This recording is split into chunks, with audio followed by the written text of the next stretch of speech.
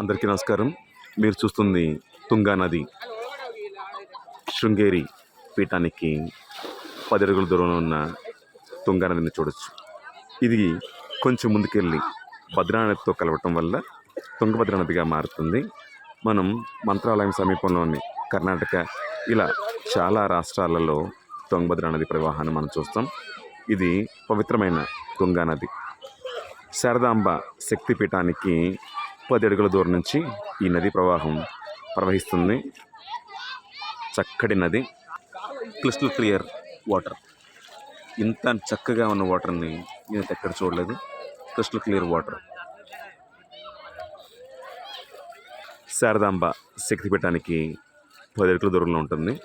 ఇది కొంచెం ముందుకెళ్ళి భద్రా నదితో కలవటం వల్ల తుంగభద్ర నదిగా మారుతుంది.